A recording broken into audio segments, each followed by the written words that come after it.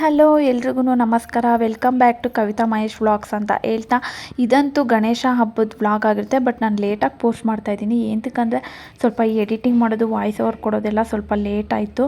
So ಈ ಮಕ್ಕಳಿರೋದ್ರಿಂದ ತುಂಬಾ ಕಷ್ಟ ಆಗುತ್ತೆ.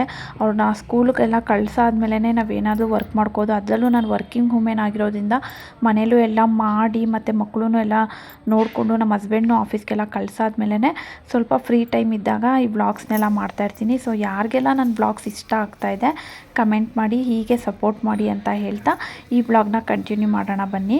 ನಾನಿಲ್ಲಿ ಬುಧವಾರ ಬೆಳಿಗ್ಗೆನೇ ಎದ್ದು ಪೂಜೆ ಎಲ್ಲ ಮಾಡಿಕೊಂಡೆ ದೇವ್ರಿಗೆ. ನೆಕ್ಸ್ಟು ನಾನು ನಿಮ್ಮೆಲ್ರಿಗೂ ಗೊತ್ತಿರೋ ಪ್ರಕಾರ ಗಣೇಶನ ಹಬ್ಬದ ದಿನ ನಾಗರಕಲ್ಗೆ ಹೋಗಿ ತನಿ ಎರ್ಕೊಬಿಡ್ತಾರೆ. ಸೊ ನಾನು ಕೂಡ ಮದುವೆ ಆದಾಗಿಂದನೂ ಈ ಪದ್ಧತಿನ ರೂಢಿ ಮಾಡ್ಕೊಂಡಿದ್ದೀನಿ.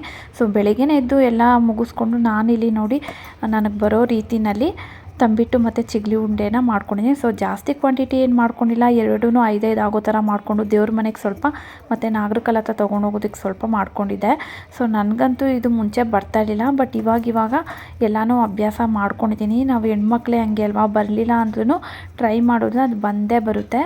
ಸೊ ಯಾರ್ಯಾರಿಗೆ ಈ ಥರ ಚಿಗ್ಲಿ ತಂಬಿಟ್ಟೆಲ್ಲ ಮಾಡೋಕ್ಕೆ ಬರುತ್ತೆ ಕಮೆಂಟ್ ಮಾಡಿ. But I am not perfect, but ಬಂದಿರೋ ಥರ ನಾನು ಟ್ರೈ ಮಾಡಿ ಮಾಡ್ತೀನಿ. ಯಾವುದು ಕೂಡ ಬರಲ್ಲ ಅಂತೇಳ್ಬಿಟ್ಟು ನಾನು ನೆಗ್ಲೆಕ್ಟ್ ಮಾಡೋದಕ್ಕೆ ಹೋಗೋಳೆ ಅಲ್ಲ. ಹಾಗೆ ನಿಮ್ಗೇನಾದರೂ ಗೊತ್ತಿದೆ ಯಾಕೆ ನಾವು ಗಣೇಶನ ಹಬ್ಬದ ದಿನ ತನಿ ಎರಿಯೋದಕ್ಕೆ ಹೋಗ್ತೀವಿ ಅಂತೇಳಿ ಯಾರಿಗಾದ್ರೂ ಗೊತ್ತಿದೆ ಅದ್ರ ಬಗ್ಗೆ ಸ್ವಲ್ಪ ನನಗೂ ಕೂಡ ತಿಳಿಸಿ. ನನಗೆ ಗೊತ್ತಿಲ್ಲದಲ್ಲೇ ಇರೋ ವಿಷಯನ ತಿಳ್ಕೊಳ್ಳೋದಕ್ಕೆ ತುಂಬಾ ಆಸಕ್ತಿ ಇದೆ ಅಂತಲೇ ಹೇಳ್ಬೋದು.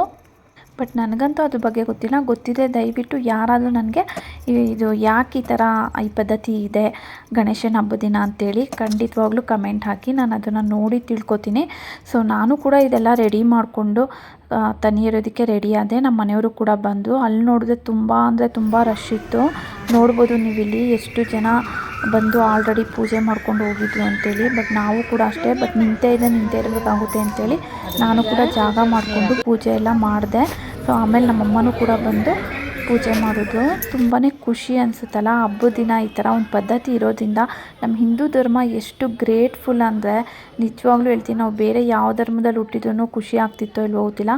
ನಮ್ಮ ಹಿಂದೂ ಧರ್ಮದಲ್ಲಿ ನಾವು ಹುಟ್ಟಿರೋದಕ್ಕೆ ತುಂಬಾ ಖುಷಿ ಇದೆ. ನನಗಂತೂ ಪರ್ಸ್ನಲಿ ತುಂಬಾ ಖುಷಿ ಇದೆ. ನನಗೆ ದೇವ್ರ ಪೂಜೆ ಮಾಡೋದು, ಈ ಥರ ದೇವ್ರಿಗೆ ಅಲಂಕಾರ ಮಾಡೋದು ಮತ್ತು ದೇವಸ್ಥಾನಕ್ಕೆ ಹೋಗೋದು, ಈ ಪದ್ಧತಿಗಳನ್ನೆಲ್ಲ ಆಚರಿಸೋದು ಅಂದರೆ ಮನ್ಸಿಗೆ ತುಂಬ ಖುಷಿ ಕೊಡುತ್ತೆ. ನಾನು ಅದನ್ನು ಮಿಸ್ ಮಾಡಿದೆ. ನನಗೆ ಸಿಕ್ಕಿರೋ ಆ ಒಂದು ಆಪರ್ಚುನಿಟಿನ ನಾನು ಮಿಸ್ ಮಾಡೋಕ್ಕೆ ಹೋಗಲ್ಲ, ಮಾಡ್ತೀನಿ. ಸೊ ನೋಡ್ಬೋದು ಇಲ್ಲಿ ಎಷ್ಟು ಚೆನ್ನಾಗಿ ಎಲ್ಲರೂ ಕೂಡ ಮನೆಯವರು ಈ ಹಬ್ಬದಲ್ಲಿ ಫ್ಯಾಮಿಲಿಯವ್ರು ಎಲ್ಲರೂ ಕೂಡ ಬಂದು ದೇವ್ರಿಗೆ ಹಾಲನ್ನ ಅರ್ಪಿಸ್ತಾರೆ. ಅದೊಂದು ಖುಷಿ ಅಲ್ವಾ. ಎಲ್ಲರೂ ಒಟ್ಟಿಗೆ ಟೈಮ್ ಸ್ಪೆಂಡ್ ಮಾಡ್ಬೋದು. ನಾವು ಅಷ್ಟೇ ನೋಡಿ, ಇಲ್ಲಿ ನಮ್ಮ ಹಸ್ಬೆಂಡು, ನಮ್ಮಮ್ಮ, ನಾನು, ನನ್ನ ಮಗಳು ಎಲ್ಲರೂ ಕೂಡ ಒಂದು ಸ್ವಲ್ಪ ಹೊತ್ತು ದೇವಸ್ಥಾನದಲ್ಲಿ ಟೈಮ್ ಸ್ಪೆಂಡ್ ಮಾಡಿದ್ವಿ. ಸೊ ನಾನು, ನಮ್ಮ ಹಸ್ಬೆಂಡು, ನನ್ನ ಮಗಳು ಅವಾಗವಾಗ ಅಲ್ಲಿ ಇಲ್ಲಿ ಹೋಗ್ತಿರ್ತೀವಿ. ಬಟ್ ನಮ್ಮಮ್ಮ ಯಾವಾಗಲೂ ನಮ್ಮ ಜೊತೆ ಬರೋದಿಲ್ಲ. ಬಟ್ ಇವತ್ತು ನೋಡಿ ನಮ್ಮಮ್ಮನೂ ಕೂಡ ಇದ್ದರು. ನನಗಂತೂ ತುಂಬಾ ಖುಷಿ ಆಯಿತು ಅಂತಲೇ ಹೇಳ್ಬೋದು. ಸೊ ಈ ಥರ ಹೂನೆಲ್ಲ ತೊಗೊಂಡೋಗಿರೋದನ್ನು ಕೂಡ ನಾವು ಅಲ್ಲಿ ಕಟ್ಕೊಂಡು ಒಂದು ಸ್ವಲ್ಪ ಹೊತ್ತು ಅಲ್ಲಿ ಅರ್ಶಿನ ಕುಂಕುಮ ಎಲ್ಲ ಕೊಟ್ಟರು. ನಾನು ಕೂಡ ಒಂದು 5 ಜನ ಮುತ್ತೈದೆಯರಿಗೆ ಅರ್ಶಿನ ಕುಂಕುಮನೂ ಎಲ್ಲ ಕೊಟ್ಟೆ. ಆಮೇಲೆ ಒಂದು ಫೋಟೋ ತೊಗೊಳ್ಳೋಣ ಅಂಥೇಳಿ ಫೋಟೋ ಕೂಡ ತೊಗೊಂಡು ಇಲ್ಲೇ ನಮ್ಮ ಮನೆ ಹತ್ರ ದೇವಸ್ಥಾನ ಇದೆ. ಸೊ ಆ ದೇವಸ್ಥಾನದಲ್ಲಿ ಅಯ್ಯಪ್ಪ ಸ್ವಾಮಿ, ರಾಘವೇಂದ್ರ ಸ್ವಾಮಿ ಆ್ಯಂಡ್ ಗಣಪತಿ, ಅನ್ನಪೂರ್ಣೇಶ್ವರಿ ದೇವಸ್ಥಾನ ಇದೆ. ಸೊ ಅದನ್ನೆಲ್ಲ ನೋಡಿಕೊಂಡು ಮನೆಗೆ ಬಂದೆ.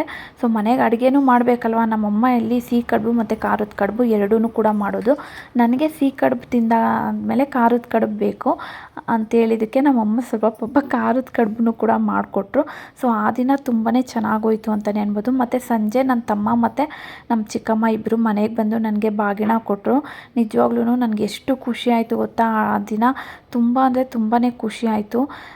ಇನ್ನು ಹುಟ್ಟಿದ ಮೇಲೆ ಮುತ್ತೈದೆ ಅನ್ನೋದು ತುಂಬಾ ದೊಡ್ಡ ಮಾತು ಮತ್ತು ದೊಡ್ಡ ವಿಷಯನೇ ನನ್ನ ಪ್ರಕಾರ. ಮತ್ತು ಅದಕ್ಕೆ ನಾವು ತುಂಬ ಗ್ರೇಟ್ಫುಲ್ ಆಗೂ ಇರಬೇಕಾಗುತ್ತೆ ಜೀವನದಲ್ಲಿ. ನನಗೂ ಅಷ್ಟೇ ತುಂಬಾ ಎಷ್ಟೇ ನಾವು ಇವಾಗ ಎಷ್ಟೇ ಮಾಡ್ರನ್ ಲೈಫ್ ಬಂದಿದ್ರೂ ನಮಗೆ ಒಡವೆ ಅಂದರೆ ಅದು ತಾಳಿ, ಮದುವೆ ಆಗಿರೋರಿಗೆ ತಾಳಿ, ಕಾಲುಂಗುರ, ಅರ್ಶಿನ ಕುಂಕುಮ, ಬಳೆ ಅಂತಲೇ ಹೇಳ್ತೀನಿ. ಸೊ ಯಾರೂ ಅಷ್ಟೇ ಯಾರಾದರೂ ಕುಂಕುಮಕ್ಕೆ ಕರೆದಾಗ ನೀವು ಹೋಗದೆ ಇರೋದೆಲ್ಲ ಮಾಡಬೇಡಿ. ಆದಷ್ಟು ಹೋಗಿ ಅದರಿಂದ ಬ್ಲೆಸ್ಸಿಂಗ್ಸ್ನ ತೊಗೊಂಡು ಬನ್ನಿ. ತುಂಬಾ ಚೆನ್ನಾಗಿರುತ್ತೆ ಲೈಫು ಅಂತ ಹೇಳ್ತೀನಿ. ನೆಕ್ಸ್ಟ್ ನೋಡಿ ನಮ್ಮ ಆಂಟಿ ನನಗಿಲ್ಲಿ ಸ್ವೀಟ್ಸು ಎಲ್ಲ ತೊಗೊಂಡು ಬಂದು ಕೊಟ್ಟರು. ನನಗೆ ನಿಜ ಹೇಳ್ತೀನಿ ಈ ವರ್ಷ ತುಂಬ ಖುಷಿ ಆಯಿತು. ಈ ಥರ ಬಂದು ಮನೆಗೆ ಬಂದು ನಮ್ಮ ಆಂಟಿ ನನಗೆ ಈ ಥರ ಅರ್ಶಿನ ಕುಂಕುಮ ಎಲ್ಲ ಹಾಕಿ ಅವ್ರ ಗಿಡದಲ್ಲಿ ಬಿಟ್ಟಿರೋ ಹೂನೆಲ್ಲ ಕಟ್ಟಿ ತೊಗೊಂಡು ಬಂದು ನನಗೆ ಮುಡಿಸಿ ಆಶೀರ್ವಾದ ಮಾಡೋದೆಲ್ಲ ನಂಗೆ ತುಂಬ ಅಂದರೆ ತುಂಬ ಖುಷಿ ಆಯಿತು.